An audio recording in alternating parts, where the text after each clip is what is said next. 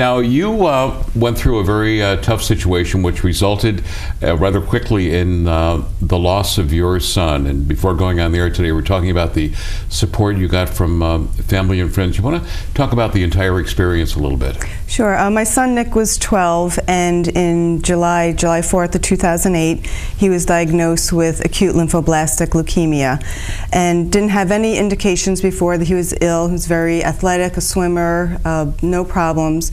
And so for 4 months he struggled with the disease, and it's really important in the first month to get a child in remission, to get the cancer cells to a bare minimum. And he did not get into remission the first month. It took through the beginning of October before he actually was in remission. And during that whole time he was having, allergies to the chemo. Anything that could go wrong went wrong with it. And so he would be a candidate for bone marrow transplant. Right. So the key was to get him into remission and then to find a donor for him. And we ended up actually finding a donor through an umbilical cord that someone had donated. And so we got him into remission, but October 26th, unfortunately, because of the effects of the chemotherapy, he passed away suddenly. And so it became, a struggle for us in what he went through, and so we wanted to do something in his name after his death. You said this sort of came along suddenly, and your first sign was he had an unusual rash? He did. He, in the beginning of June, he actually had an earache, and just from swimming, and so the doctor put him on antibiotics, and then this rash, was coming out, and so we thought he was having an allergic reaction to the antibiotics, but they wouldn't go away. He was getting very fatigued, and I just knew something was going on with him. And finally, it took a month, but we ended up getting a blood test for him, and we were immediately sent down to Albany Med. What suggestions would you have for parents, families, and friends going through what you and your husband and your family went through? I think it's important when your child is diagnosed with cancer, it's so overwhelming. You're all of a sudden thrust into this new world. A lot of times families go into the hospital, they're diagnosed, and their child is immediately admitted into a hospital, have to have surgery, to have a port put in. There's no time to catch up. So my biggest advice to people is to accept help from your family, friends, community. They want to help. Whether it's taking care of your lawn, helping with your other kids, taking a breather. It's really important to take care of yourself, because then if you don't, you're too exhausted to try and deal with the decisions that have to be made. So taking that time for yourself and letting others help you. One of the things I've always found, which is frustrating, whether one themselves is the patient or as a family member, is when they go into the hospital, there is a sudden loss of control. How do you cope with that? Asking a lot of questions. I immediately set up a file on my computer or notebook, writing everything down. And actually at Albany Med, Dr. Joanne Porter was our oncologist, and she immediately said, you're married to me. To everything, I'm there every step of the way. And she was. We could call her any time at night, even if we were just anxious about something. So really asking questions and advocating for your child is so important. That's a very good thing. I mentioned to you that I have a relative in the medical center right now, and I had never heard of this before. They have someone assigned to them as well. That's really a good thing, isn't it? Yeah, they definitely have patient advocates. For the pediatric cancer patients, they have it's called the Child Life Specialist, and what she does is she helps the families adjust to, we call it the new normal of cancer. So she'll give them resources, different websites that they can find information on, and helps the kids if they're younger, brings in a bear and says this is where your port's going to be, helps to explain them to them, brings in technology for the kids to stay connected with their friends. It's such a vital position, and it's only funded through grants and donations. So that's actually one of the positions that our foundation supports. Now, Nick was your son. Nick is your son that passed away. Yes. And you founded Nick's Fight to Be Healed. Did you found your organization after he passed away or while he was suffering from the illness? Well, when we found out that Nick had to have a bone marrow transplant. A couple of our friends decided to raise money because we'd be traveling a lot. Nick actually came up with Fight to be Healed because he has a martial arts background and was very into medieval knights and that kind of period. And so he came up with the red and black, loved those colors, and the Fight to be Healed. So we kind of took from that and just going from his attitude of the warrior that he is part of our mission. It's very apparent in reading the paperwork and preparing for today's show that even though your son passed away so young, he did make an impact on the planet. Would you talk about your son a little bit?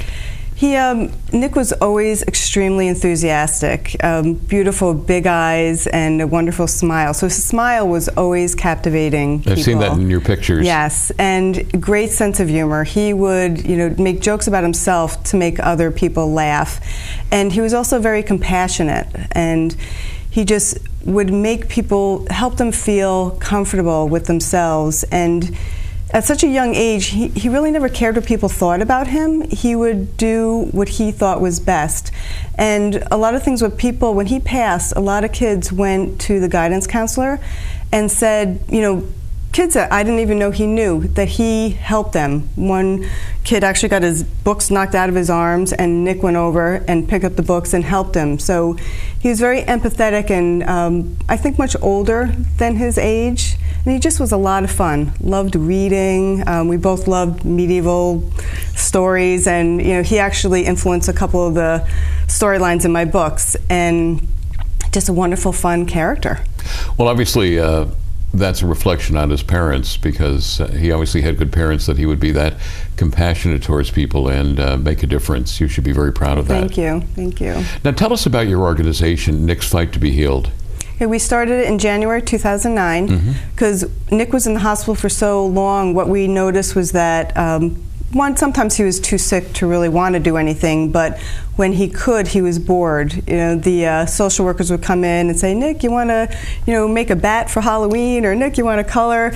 And he's like, "I'm almost 13," and he didn't want to do those types of things. So we wanted to do a couple things. Really, the main part was, how did you distract a lot of the teens in the hospital from being bored? They want the connection to their friends, they want their technology. So that was the main focus on what we would do. We help all pediatric cancer patients in Albany Med up to age 25. And so, but we really focused on the teens and their needs. Now, how can folks that are watching the show today, and folks Buffalo, Syracuse, or the Albany area, how can they take advantage of your organization, and how can you help them? And we can help them a few ways. The Melody Center at Albany Med services 25 counties in western Massachusetts, parts of Vermont, Connecticut, because they're the only, besides Dana-Farber, Sloan-Kettering, and in Rochester, they're the main focus in the capital region. So if you are being cared for by Albany Med's oncology clinic, you can talk to the social worker, and we can financially support families who are struggling with cancer. We also, one of my favorite things that we do is a comfort bag. And what that is, the story behind that is the American Cancer Society gave gift bags to kids in the hospital. So they gave it to Nick, and he pulled out a pink journal and pink fuzzy socks, and he just laughed about it because obviously it was meant to go to a girl. Right. So I thought, what if we personalized a survey? A child gets diagnosed, what's your favorite color? What size clothes do you wear? Do you have an iPod? What are some things that would help make your stay in the hospital easier? And then we have other teens fill that survey for them. So we're empowering them to give back and help. And then we bring it to the hospital, and it's given to teens to help distract them, but it also helps them, they know that people care about them. We have a lot of fundraisers throughout the year, and we have on our website, people can donate, can do matching gifts through their companies. So all that helps to support, and it all stays local through all these different counties of anyone being helped at Albany Med. Now, these are very tough times for not-for-profits in the United States of America and in the state of New York, whether you're in Buffalo, Syracuse, or Albany. Have you found that you're not getting the municipal, state, and federal support that as much as you used to get, and at the same time, are you finding there is more of a demand for your services because of what's going on? Absolutely. The most part of our money comes from our fundraisers and matching gifts from corporations. And I think what makes our foundation unique is that we have fun fundraisers. So we have a soccer clinic that I like to see that we give something to people while they're giving back to us. So we have a clinic where kids can learn different techniques for soccer, and they do tournaments, and they pay a fee, but then they're also getting something for it. Or we just had a big run every year in September. The last Sunday of September, we have Nick's Run to Be Healed. Right. And so we just try and give something to people, and they see what the community, it's really the community, local communities. We also have people out in Rochester at RIT, a young woman who was greatly affected by Nick. She's starting, a chapter out there. So there's definitely areas that can help. But there are more families. This year we have helped, I think it's 12 families with financial support. And we have, it's never ending. It's always something that even once they're done with treatment, then they have to try and catch up, with that monetary strain. Now, if one watching today needs financial support, how can they apply for financial support with Nick's Fight to Be Healed? And are you limiting yourself geographically to those you're helping, or are you just helping anyone who is suffering from this? We are limited to patients who are being treated at the Melody Center at Albany Med, which again, it is 25 counties, so it is a very wide area that we support.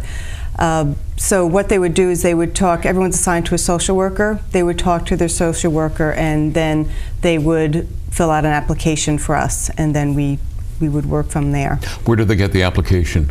At Albany, in the clinic on the 5th floor, and they would just talk to the clinic social worker.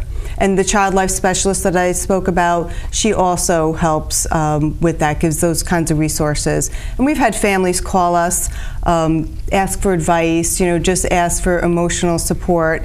And Albany Med is actually trying to pair up families who've gone through the cancer journey with new families to, just make their journey a little bit easier. Well, that's what was going to be my next question. Obviously, you're not going to limit geographically the emotional and intellectual support you can give folks.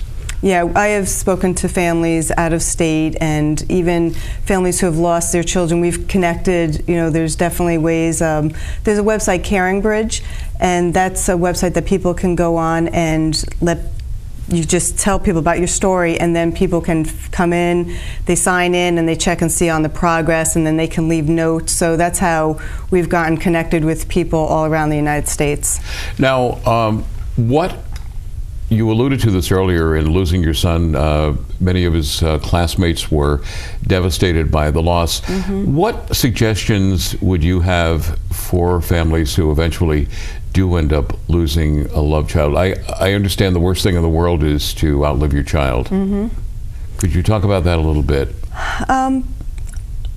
I think what helped us is, our family and friends, and actually Nick's friends. I have a younger son who's now 13, 2 years younger than Nick, and it was very hard for him to lose his brother and then to be, considered an only child.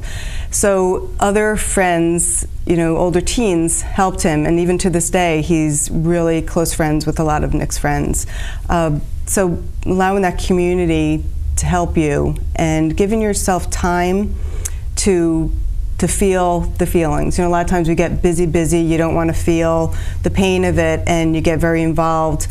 But allowing yourself to enjoy the memories and think back on everything that you did have with your child, although that's painful, because you realize, what you lost too. It's amazing that I think Nick chose me to be his mom to help him in his journey, and I'm very grateful that I had him for so long, and I still have him in spirit. Well, you've turned a tragedy, the loss of your son, into something positive with Nick's Fight to Be Healed to help others. That has to make you feel good, and I'm sure up there in heaven, Nick is very proud of Mommy. Yeah, he makes his pride known in me, and it really, I tell people there's two things you can do. You know, losing a child, it's a huge loss. You can either be really bitter about it, even if you have a disease. You can be bitter, you can be angry and hate the world, or you can say, what am I going to learn from this, and what am I going to give to others and help people from it?